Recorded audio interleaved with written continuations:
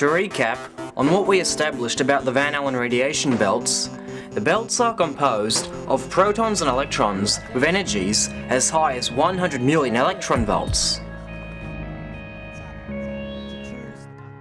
Back in January 2005, a sunspot called NOAA 720 exploded. This flare produced protons in the same energy range as the Van Allen belts, and NASA summed it up in these statements. The January 20th proton storm was by some measures the biggest since 1989. It was particularly rich in high-speed protons packing more than 100 million electron volts of energy. Such protons can burrow through 11 centimeters of water. A thin-skinned spacesuit would have offered little resistance.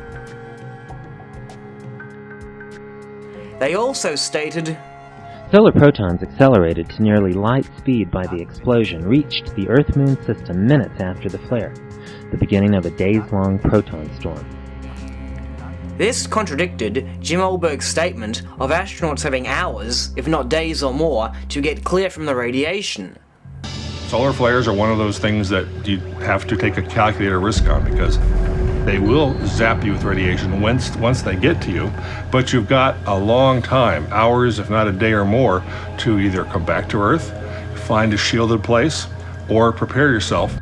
This also conflicted with the testimony of Jay Winderley, who, when defending Olberg's claim of putting the bulk of the ship towards the incoming radiation, denied that solar particles could travel to near light speed.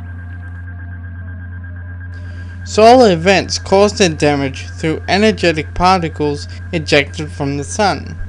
These particles do not travel at the speed of light, or even at an appreciable fraction of it. They take many hours, and sometimes even days, to reach Earth from the sun.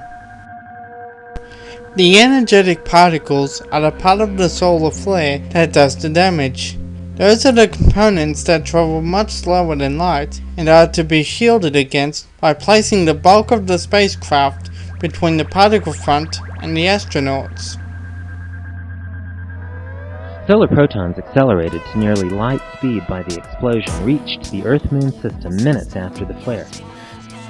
These particles do not travel at the speed of light, or even at an appreciable fraction of it. It seems it is not only solar radiation that travels to near light speed. In December 1998, CNN reported, new observations by an array of satellites show changes in the Earth's magnetic field can accelerate electrons in the belts to nearly the speed of light, transforming them into what some researchers describe as killer electrons. Under those conditions, the charged particles can pierce a sheet of aluminium a half-inch thick, possibly resulting in a catastrophic accumulation of particles in the sensitive electronics of hundreds of orbiting satellites. Many satellites up there now, and future spacecraft like the space station, have the potential to be severely impaired by light-speed electrons, David Baker said.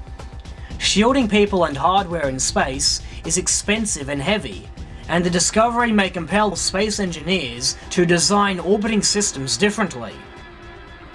Gee, I wonder how the service module's bulk managed to shield the astronauts travelling through this flood of near light speed particles. Returning to the current affairs, NASA would go on to state, an astronaut caught outside when the storm hit would have gotten sick, says Francis Cucinoda, NASA's radiation health officer at the Johnson Space Center. At first he'd feel fine, but a few days later symptoms of radiation sickness would appear. Vomiting, fatigue, low blood counts. These symptoms might persist for days. Although Cucinoda claims that moonwalking astronauts exposed to NOAA 720 would only have received 50 rem, the symptoms he's talking about begin to show at double that dosage.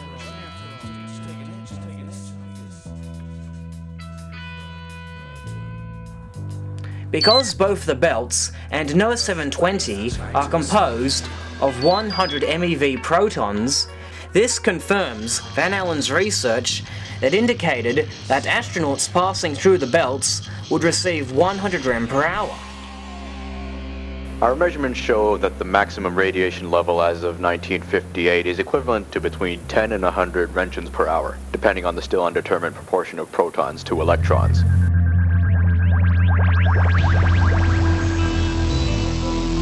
And now, for the funny ascot quote of the week. In their continuing efforts to distort this research, the propagandists have gone as far as alleging that the deadly radiation of space is routinely transversed on a daily basis. For example, when Svector stalked me onto the Let'sRoll911.org forums, he told Phil Jahan, "You know that DirecTV satellite you get your HBO and Showtime from? It lives in the middle of the Van Allen belts, and has been there, operating happily for several years. Its shielding is very moderate, some aluminum and ceramic material. If the belts were strong enough to fry humans like hot dogs, imagine what they do to electronics over a period of several years." I asked him if he even knows the respective altitudes for the belts and the DirecTV satellite. Svector claimed he did know, but instead of providing his figures, all he did was call me names. "You're just a retarded chimp like the rest of your paranoid friends, aren't you? Dumb fuck. Are you really so fucking dense that you need it repeated every 6 hours? God damn, you're a stupid lying little fuck, aren't you? Were your parents cousins? You are without a doubt the stupidest, most cowardly little girly man I've ever seen in my entire life. I'll bet you squat to pee, don't you? I'm right, aren't I? You squat, just like a girl when you have to piss, and admit it. God damn, I feel sorry for your parents. Your mother should have gone with her first instinct, and drowned you in the fucking bathtub when she had the chance. You are a loser, a coward, a liar, and an ugly little cunt with a nappy-assed pubic hair mustache to boot. Don't ever forget that." And when Phil Jahan asked him to remove this profanity, "Fuck off. I've already used up your sorry-ass excuse for a discussion board for what I needed it for. Just be advised that you have a proven liar in your midst, named Jarrah White. Don't ever forget that. Now you can go back to discussing what brand of box cutters were used to slash innocent stewardesses' throats. I'm sure the debates provide you with great whack-off material. Sick 9/11th conspiratard fucks." according to the Excel Preliminary Book of Physics by Neville Warren, the inner radiation belt begins at 1,000 kilometers above the Earth. The outer belt ends at 25,000 kilometers. The DirecTV satellite, however, has an altitude of nearly 36,000 kilometers.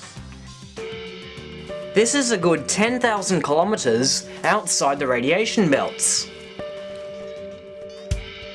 A long time after the Let's Roll 911 fiasco, Svector put his foot in his mouth when I made him aware of John Malden's 2-meter shield proposal for solar and cosmic radiation. Then what type and thickness of shielding would a geosynchronous satellite need in order to protect its delicate electronics? In case you don't know, they orbit at 22,300 miles, right in the middle of the outer Van Allen belt. 22,300 miles corresponds to nearly 36,000 kilometers, more than 10,000 kilometers beyond the end of the outer belt. To say the least, the propagandist geometry for the Van Allen belts is way off. And you don't have to take my word that satellites don't operate in the Van Allen belts.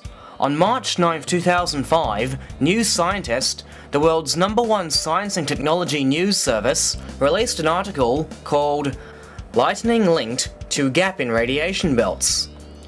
Lightning bursts in clouds are responsible for clearing the enigmatic safe zone for satellites lying between two donut-shaped radiation belts surrounding the Earth, say NASA researchers.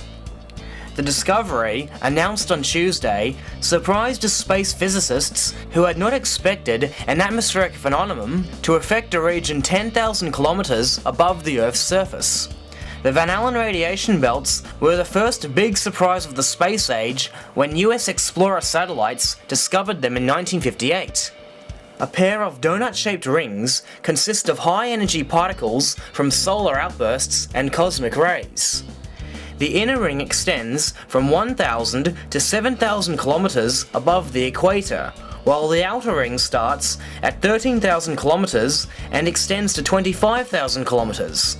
The trapped radiation imperils both humans and spacecraft, so satellites and astronauts fly above or below the radiation belts, or in the gap between them.